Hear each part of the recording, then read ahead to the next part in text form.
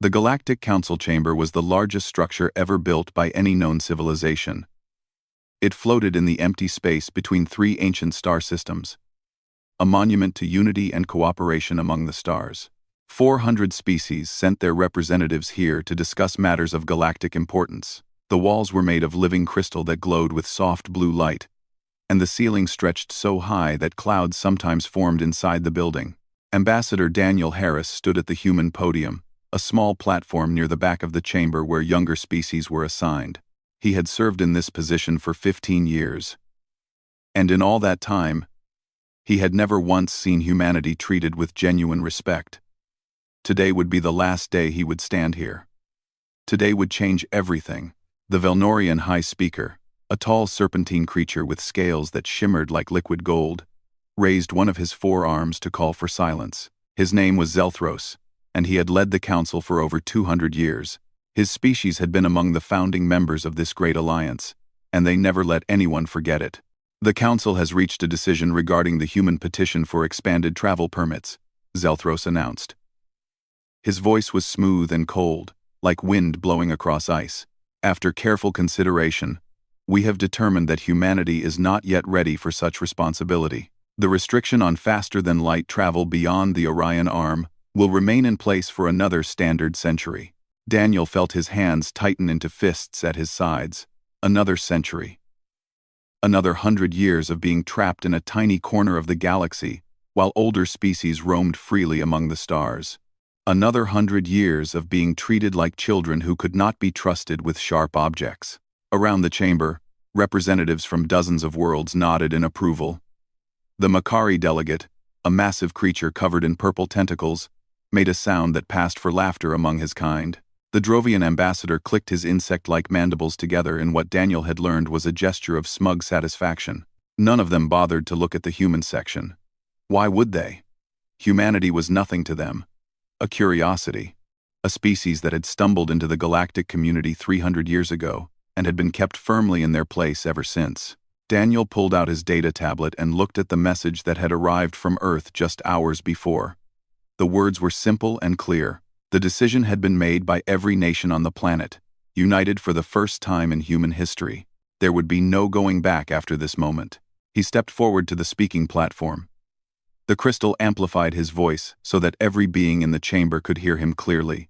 High Speaker Zelthros, Daniel said. Distinguished members of the Galactic Council, I have a statement to deliver on behalf of the United Earth Government. A few delegates glanced in his direction with mild curiosity. Most continued their private conversations, assuming this would be another pointless human complaint that would be ignored like all the others. Daniel took a deep breath. His heart was beating fast, but his voice remained steady. For 300 years, humanity has been a member of this council. In that time, we have followed every rule. We have paid every tax. We have contributed to every relief effort and peacekeeping mission we were allowed to join. We have done everything that was asked of us, and more. The chamber grew slightly quieter. Something in Daniel's tone was different today, and in return, he continued, we have been denied the right to explore beyond our tiny corner of space. We have been forbidden from developing technologies that every other species takes for granted. We have been mocked, dismissed, and treated as lesser beings, simply because we are young. High Speaker Zelthros raised a hand. Ambassador Harris, if this is another formal protest, you may submit it through the proper channels. There is no need to waste the council's time with, I am not finished, Daniel said. The words cut through the chamber like a blade. No one interrupted the High Speaker. It simply was not done. Delegates who had been ignoring the human section now turned to stare in disbelief. Daniel met the High Speaker's cold eyes without flinching. The United Earth Government has authorized me to deliver the following message. Effective immediately, humanity withdraws from the Galactic Council. All treaties between Earth and Council member species are hereby terminated. All trade agreements are cancelled. All diplomatic relations are severed. The silence that followed was absolute. Even the constant hum of translation devices seemed to fade away. Human space is now closed to all Council vessels, Daniel continued. Any ship entering our territory without explicit permission will be treated as hostile and dealt with accordingly. This decision is final and non-negotiable. For a long moment, no one moved. Then the Makari delegate burst into laughter, his tentacles shaking with amusement. Others joined in quickly. The Zorathi counselor made a whistling sound that her species used to express disbelief. The Drovian ambassador turned to his aide and made a dismissive gesture. "You cannot be serious," High Speaker Zelthros said. And for the first time, there was something like humor in his cold voice. "Humanity alone in the galaxy? You would not survive a decade. You need our technology, our trade, our protection." Daniel looked around the chamber at the laughing faces and dismissive gestures. He had expected this reaction. In fact, he had counted on it. "Perhaps," he said calmly. "Or perhaps you do not know humanity as well as you think you do." He placed his diplomatic credentials on the podium and walked toward the exit. His footsteps echoed in the vast chamber, the only sound besides the fading laughter. "Ambassador Harris," Zelthros called after him. "When your people come begging for readmission, the terms will be far less favorable than before. I hope you understand the foolishness of what you have done today." Daniel paused at the door and looked back one final time. "I understand perfectly," he said. "The question is whether you do." He walked out of the chamber and did not look back. The laughter followed him down the corridor. But Daniel did not mind. Let them laugh. Let them think humanity was making a terrible mistake. Let them believe that Earth would come crawling back within months, desperate for the Council's mercy. They had no idea what was coming. As Daniel boarded the shuttle that would take him home, he allowed himself a small smile. 300 years of patience. 300 years of playing the role of the weak and primitive newcomers. 300 years of hiding, building, and preparing for this exact moment. The game had finally begun, and the galaxy was about to learn a lesson it would never forget. Humanity was done pretending. 3 months passed since the day humanity walked out of the Galactic Council. At first, nothing seemed to change. The great machine of galactic civilization continued to turn as it always had. Trade ships moved between stars. Diplomats argued over minor disputes. The Council passed new laws and regulations that affected billions of lives across thousands of worlds. Humanity was quickly forgotten. They were, after all, just one small species among hundreds. Their absence was treated as a minor curiosity, something to joke about during formal dinners and diplomatic receptions. The common opinion was that Earth would realize its mistake within a year and come back begging for forgiveness. But Counselor Vethan of the Zorathi Collective was not so certain. She was an older female of her species, with silver-gray skin and 4 eyes that had seen much in her long life. She had served on the council for over a century, and she had developed a talent for noticing things that others missed. And right now, she was noticing something very troubling in the economic reports. The numbers did not add up. Vethan sat in her private office aboard the council station, surrounded by floating holographic displays that showed trade data from across the galaxy. She had been staring at these numbers for hours, and the more she looked, the more worried she became. Humanity had been the primary source of helium-3 for the galactic economy. This rare element was essential for powering faster-than-light engines, and human mining operations in their gas giants had produced more of it than any other civilization. Now that supply was gone, and prices were already beginning to rise. But that was just the beginning. Human medical technology had been dismissed as primitive by council scientists, but somehow their nanite treatments had become essential to hospitals across dozens of worlds. These tiny machines could cure diseases that other technologies could not touch. Now doctors were reporting shortages, and patients were dying from conditions that should have been easily treatable. And then, there was the entertainment industry. Vethan had never understood the appeal. But human music, stories, and visual media had become inexplicably popular across the galaxy. Billions of beings were suddenly cut off from their favorite shows and songs, and the complaints were flooding in from every direction. She pulled up the latest intelligence reports and felt her stomach tighten with unease. Human space had gone completely silent. No communications came in or out. The few council ships that had tried to approach the border had been turned away by automated warning beacons, and the scouts that had attempted to slip past those beacons had reported something disturbing. The humans had ships, big ships. Ships that should not exist according to everything the Council knew about human technology. Vethon requested a meeting with High Speaker Zelthros to share her concerns. He dismissed her with a wave of his hand. "They are bluffing," he said confidently. "Humanity has always been good at making things appear more impressive than they truly are. Their entire culture is built on exaggeration and storytelling. These ships you speak of are probably nothing more than cargo vessels with extra lights attached. But High Speaker, the energy readings are meaningless. Our scientists have studied human technology for 3 centuries. We know exactly what they are capable of, and we know they could never develop true military power without our guidance." Zelthros smiled his cold smile. "Give them a year of isolation, and they will understand their place in the galaxy. Then they will return, humbled and obedient, ready to follow our rules without complaint." Vethon left the meeting unsatisfied, but there was nothing more she could do. The High Speaker had made his decision, and the Council would follow his lead as they always did. Meanwhile, at the edge of human space, Lieutenant Commander Katie Moore stood on the bridge of the Earth Defense Force vessel Starbreaker. It was one of the new ships, built in secret over the past 50 years in hidden shipyards, that no Council scanner had ever detected. It was 3 times larger than anything humanity had officially possessed, and its weapons systems were generations ahead of standard galactic technology. Katie watched her tactical display as another Council scout ship approached the border. It was a small Makari vessel, probably gathering intelligence for some admiral who still thought humanity was a joke. "They are scanning us," reported her first officer, Nathan Price. He was a calm man with steady hands and sharp eyes. "They seem very interested in our weapons array." Katie nodded slowly. "Let them look. Let them see exactly what they are dealing with." The Makari ship hung in space for several long minutes, its sensors working overtime to analyze the human vessel. Then, without any communication, it turned and accelerated away as fast as its engines could carry it. Nathan raised an eyebrow. "That was faster than usual." "They are starting to understand," Katie said. "Slowly. But they are learning."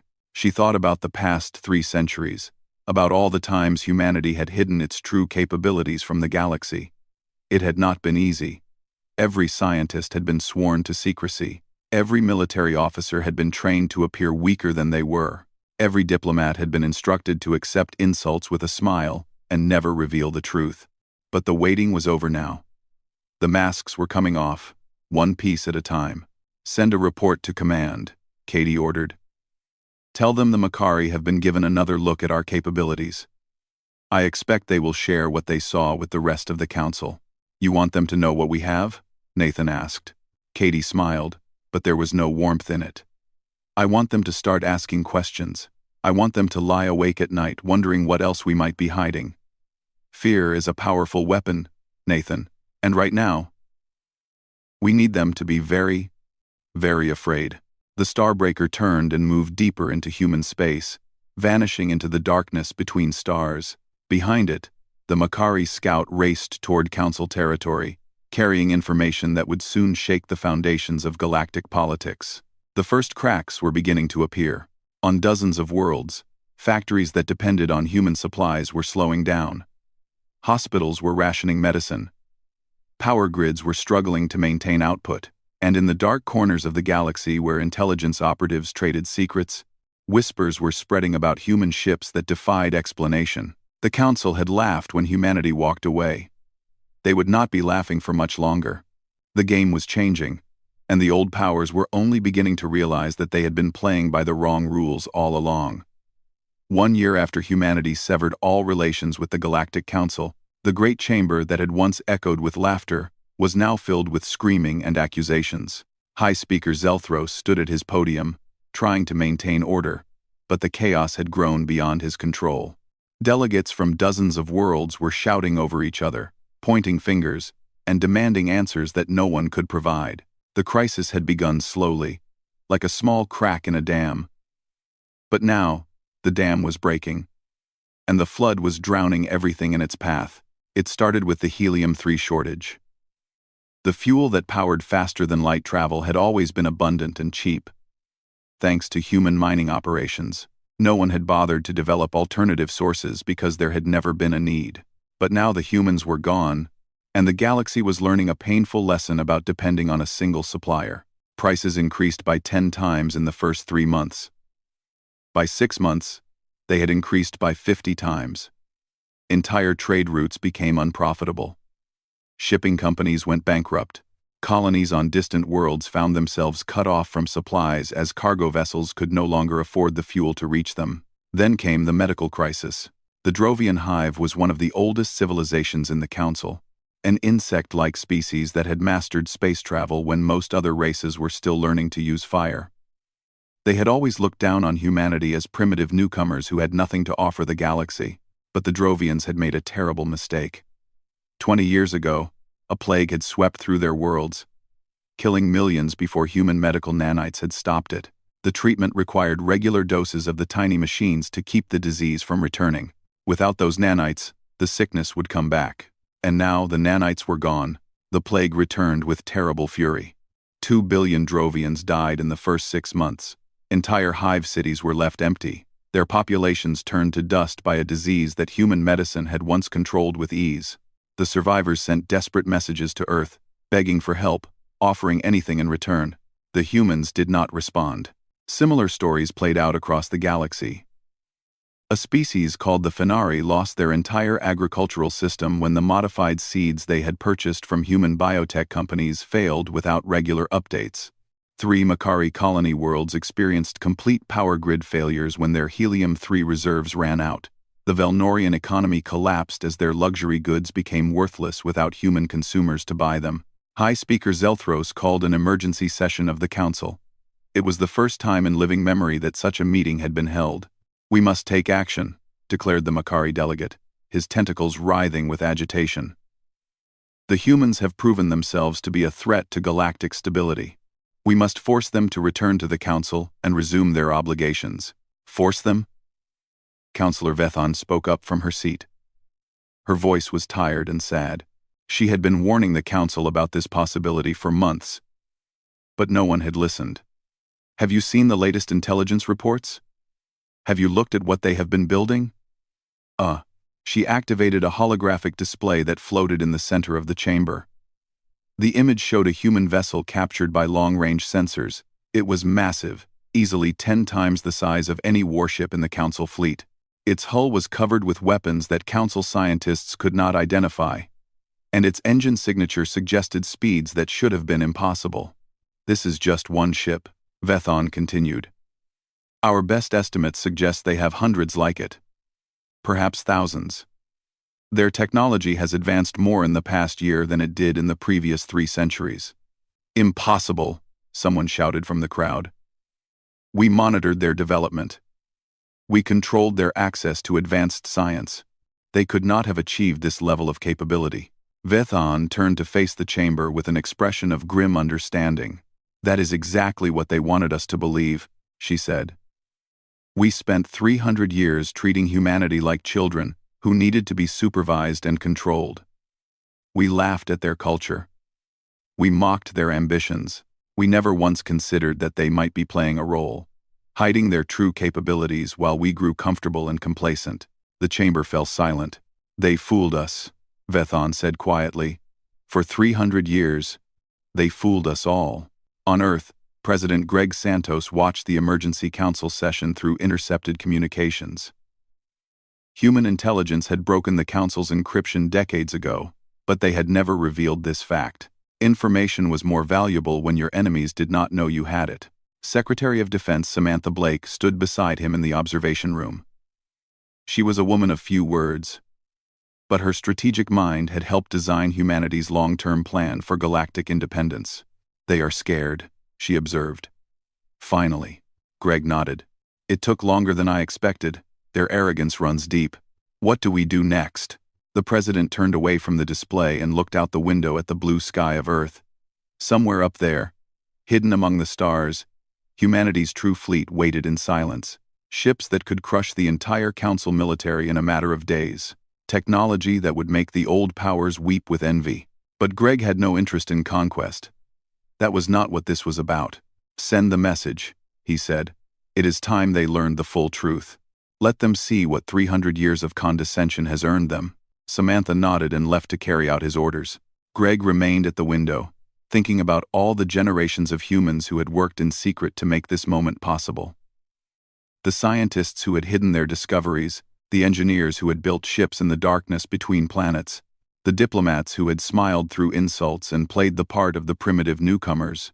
They had all sacrificed so much, and they had done it for a future they would never see. Now that future had arrived. The galaxy was about to learn that humanity was not what they had believed, and nothing would ever be the same again. The message arrived without warning on every inhabited world in the galaxy at exactly the same moment. It cut through firewalls that were supposed to be unbreakable. It bypassed security systems that had protected government communications for thousands of years. It appeared on personal devices and public displays and military command centers, all at once, with no way to block it or stop it. The technology required to do this should not have existed. The Council's best scientists would later spend years trying to understand how it was possible. They would never find an answer. On the screen appeared a human woman. She had dark hair streaked with gray and calm brown eyes that seemed to look directly at every viewer. Her name was Dr. Lisa Chen Morrison, and she had been the director of Earth's secret research program for 20 years. "Citizens of the Galactic Council," she began. Her voice was clear and steady, translated perfectly into every language known to galactic civilization. "My name is Lisa Chen Morrison. I am speaking to you today on behalf of the United Earth government. Across the galaxy, billions of beings stopped what they were doing and watched. In the council chamber, High Speaker Zelthros ordered his technicians to shut down the broadcast. They tried everything they could think of. Nothing worked. For 300 years, Lisa continued, you have believed that humanity was a young, primitive species, struggling to keep pace with the advanced civilizations of the galaxy. You have treated us as children, denied us the freedom to explore and grow, and mocked our culture and our dreams." The image behind her changed, showing vast structures hidden in the darkness of space. Shipyards larger than cities floated among the asteroids. Massive vessels took shape in the skeletal frames of construction platforms. Research stations the size of small moons orbited distant gas giants. This belief was exactly what we wanted you to have. Everything you thought you knew about humanity was a carefully constructed illusion. The council chamber had gone completely silent. Every delegate stared at the display with expressions of shock and disbelief. Even High Speaker Zelthros had stopped trying to shut down the broadcast and was watching with his mouth hanging open. When we first made contact with the galaxy 300 years ago, we recognized immediately what the Galactic Council truly was. We saw how you treated younger species. We observed how you restricted their development and kept them dependent on your technology and your trade. We understood that if we revealed our true capabilities, you would see us as a threat and move to destroy us before we could grow strong. Lisa's expression hardened slightly. So we made a decision. We would play the role you expected. We would appear weak and primitive. We would hide our true research and development behind layers of secrecy that no council spy ever penetrated. And we would wait, patiently, for the day when we were strong enough to stand on our own. The images shifted again, showing the true scale of humanity's hidden military force. Thousands of warships moved in formation through the void, their hulls gleaming with unknown alloys. Weapons platforms the size of asteroids hung in orbit around fortified stations. Fighter craft moved in swarms that blotted out the stars. That day has arrived. In her office aboard the council station, Counselor Vethon watched the broadcast with tears forming in her 4 eyes. She had suspected something like this, but the reality was far beyond anything she had imagined. 300 years.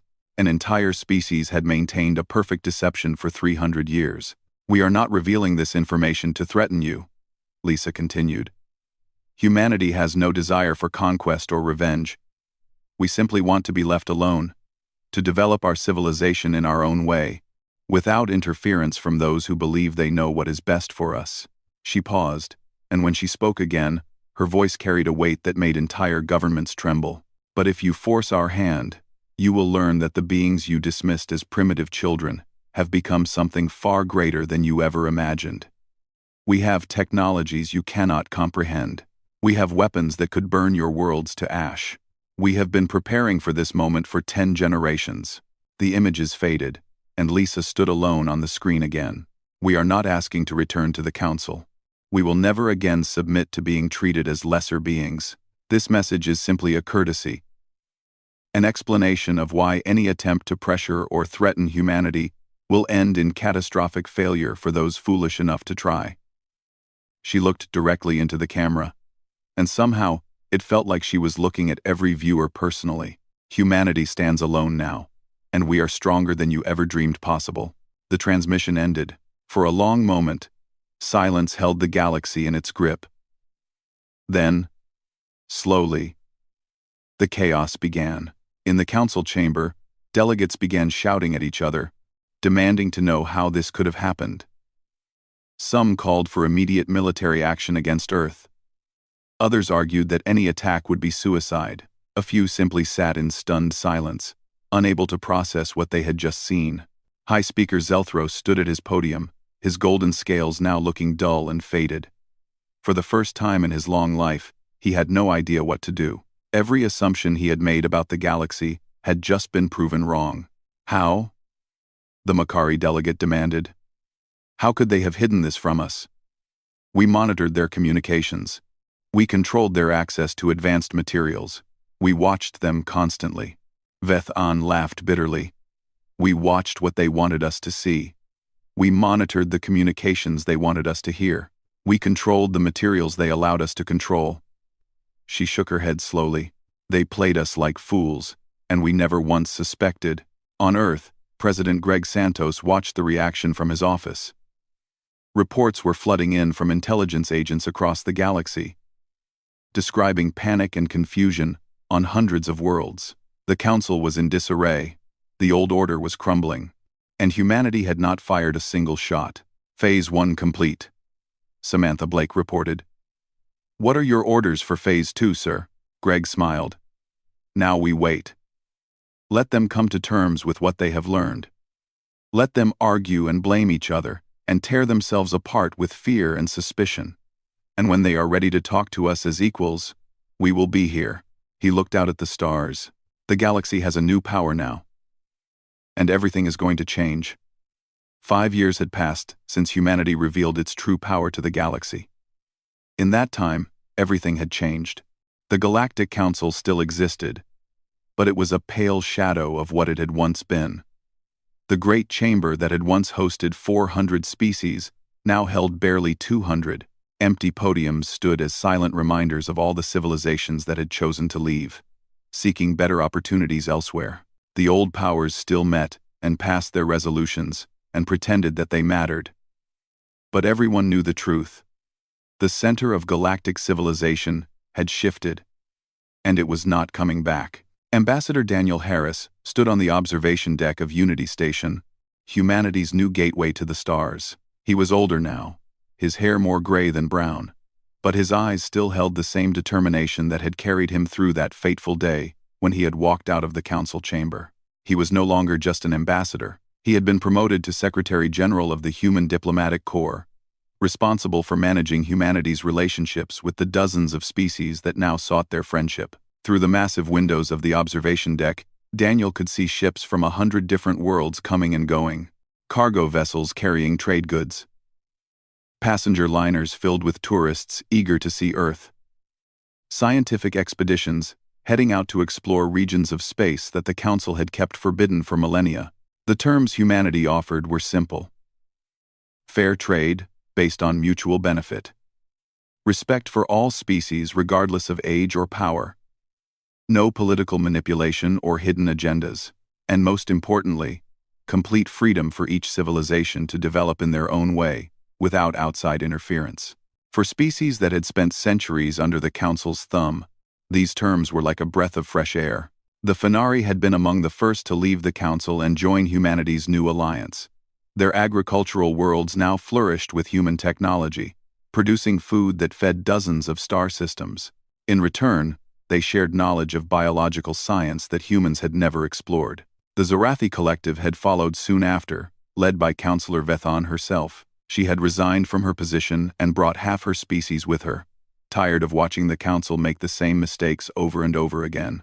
Now she served as an advisor to the human government, helping bridge the gap between cultures. Even some Makari had abandoned their traditional allegiance and sought partnership with Earth. They were traders by nature, and they recognized a good deal when they saw one. The only species that remained firmly loyal to the old council were the Velnorians. High Speaker Zelthros had refused to acknowledge the new reality for as long as possible. He had claimed that humanity's rise was temporary, that the council would regain its power, that the natural order of the galaxy would reassert itself. But now, after 5 years of watching his power crumble away, even Zelthros was finally ready to talk. Daniel's aide, a young man named Tyler Morrison, approached with a data tablet in his hands. "Sir, we have received another petition from the Velnorian government. They are requesting emergency diplomatic talks. They want to discuss possible accommodation with the Human Alliance." Daniel took the tablet and reviewed its contents. The language was formal and stiff, but he could read the desperation between the lines.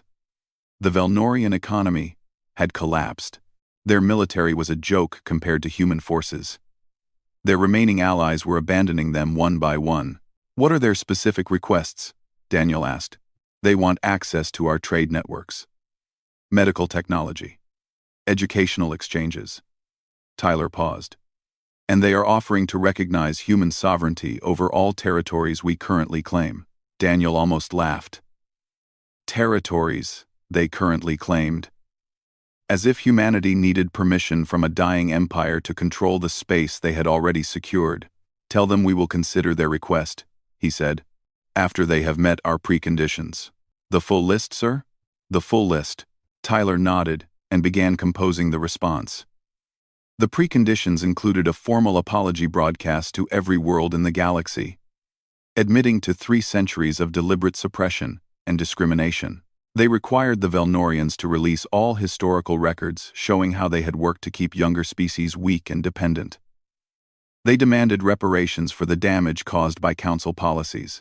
It was harsh, but it was fair. And Daniel knew that the Velnorians would eventually accept. They had no other choice. He turned back to the window and watched the endless dance of ships moving through the station. Somewhere out there, on 1,000 different worlds, beings who had once feared the power of the council were building new lives and new futures. A voice spoke from behind him. "You seem thoughtful today." Daniel turned to find Counselor Vethon standing nearby. She had aged gracefully in the past 5 years, her silver skin now marked with the patterns that her species developed with time and wisdom. "Just remembering," he said, "thinking about how far we have come." Vethon moved to stand beside him at the window. "I sometimes wonder what would have happened if the council had treated humanity differently. If we had welcomed you as equals from the beginning, we would have revealed our true capabilities much sooner," Daniel admitted. "And we probably would have worked with the council instead of against it. The galaxy might look very different today. Do you have any regrets?" Daniel thought about the question carefully. He thought about all the years of hiding and pretending, all the insults he had endured with a smile, all the nights he had spent wondering if humanity was making the right choice. "No," he said finally. "We did what we had to do to survive and grow. And now we have the chance to build something better than the council ever was. Something based on cooperation and respect, instead of dominance and control." Vethon nodded slowly. "That is a worthy goal. I hope you achieve it." "We will," Daniel said with quiet confidence. "It might take generations. It might take centuries. But humanity has proven that we are patient. We can wait as long as it takes." He looked out at the stars, at the vast universe that had once seemed so threatening and hostile. Somewhere out there, new civilizations were being born. New species were taking their first steps toward the light, and when they were ready to join the galactic community, they would find a humanity that had learned from the mistakes of the past. The galaxy would never be the same, and that was exactly how it should be. Humanity had been underestimated, dismissed, and mocked for 300 years. They had played the long game, and they had won. But victory was not the end of the story. It was just the beginning.